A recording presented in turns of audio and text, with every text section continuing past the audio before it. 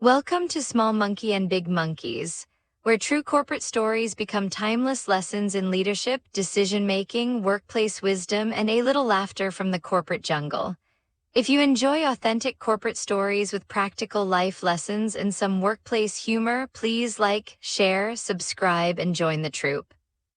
"You are responsible for her pregnancy," said the doctor.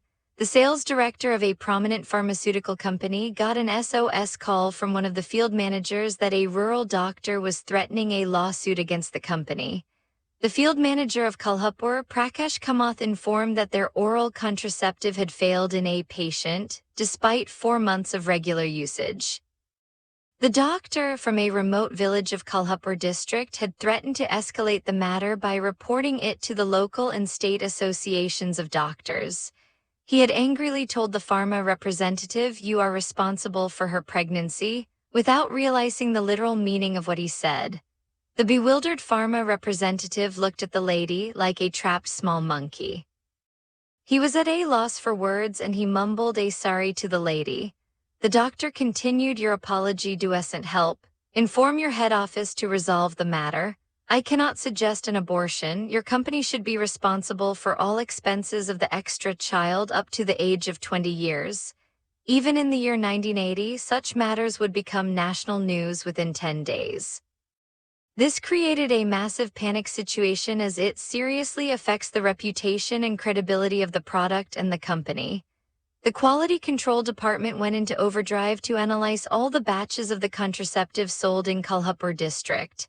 In the meanwhile, the MR had become the butt of jovial comments like, "You are responsible for sales, not pregnancies," from bosses and colleagues. One friend jovially said, "We should love our job but not so intensely," and laughed heartily along with the MR. The sales director convened a meeting with the medical director, sales manager, and the regional manager, Anand Kulkarni. After a very long meeting, it was decided that Anand Kulkarni would arrange for a meeting with the doctor and the pregnant patient. Prakash Kamath and the terrified medical representative were to be part of the joint meeting. The sales director was in a serious dilemma, because delaying tactics would result in a more advanced pregnancy, apart from adversely affecting the sales. The chief financial officer and the legal head instructed Anand to get an idea about the expected compensation demand, but not commit anything. He was to inquire about every small detail like batch number, storage conditions, regularity of dosing, diet, and show empathy and sympathy, but remain firm about the efficacy of the oral contraceptive. When Anand and the team reached the doctor's clinic in the remote village, the pregnant lady and her husband had already arrived for the negotiations. The usual pleasantries were a bit muted due to the grim situation. After the pleasantries, the discussions started on a serious note. The doctor explained about the unwanted consequences of bearing an extra child. He was making a serious pitch for a very hefty compensation to the couple. After hearing out the doctor, Anand started out on a friendly note and assured that the company gives top priority to the well-being and satisfaction of their customers. As the tension eased a little bit, Anand started asking whether they were using the correct product and whether it was stored properly. The doctor was sure about the sincerity of the couple, but Anand was wondering whether they had even used the contraceptive. While Anand's mind was grappling with ways to diffuse the situation, he asked the doctor, "Are they sure about taking the pills regularly?" Little did he know that the answer to the question would resolve the issue in the most unexpected way. The doctor turned to the lady and asked her whether she was taking the pills regularly. The lady was clearly the dominant partner and looked at the husband, who was meek and silent. She prodded her husband impatiently and asked, "Did you take the pills regularly?" The husband was silent for a few more seconds, and finally replied in a low, squeaky, almost feminine tone, "I have not missed a single tablet in 4 months, except when I went to Pune for 3 days. The lady began berating her husband for missing the pills for 3 days, but the doctor and the pharma team were stunned into silence for a few seconds.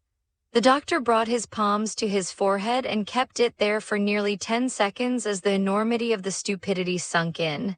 As he brought his palms down, he took a deep breath and slowly stood up. He apologized to Anand and the Pharma team and seemed to be highly embarrassed, while the couple continued debating about the pills. Prakash could barely control his giggles and all of them exited the clinic hurriedly. They heaved an immense sigh of relief at the anticlimax. The head office team was informed immediately and they all erupted with joy and relief. The story became a fable in the company, and over the years the story developed many variations, but one wisecrack became a legend. "Love your job, don't make love on the job," said a colleague, and both had a hearty laugh. Big Monk wisdom: before solving a problem, first make sure you've identified the right problem. Assumptions can be far more dangerous than reality. Actually, the jungle never disappeared, it merely learned to wear a suit. If you like this story, please hit the like button and subscribe to our channel. Please share with friends from your workplace jungle. To share your story, please send an email to prsmonks@outlook.com or 11decibels@gmail.com. See you next week on Small Monkey and Big Monkeys.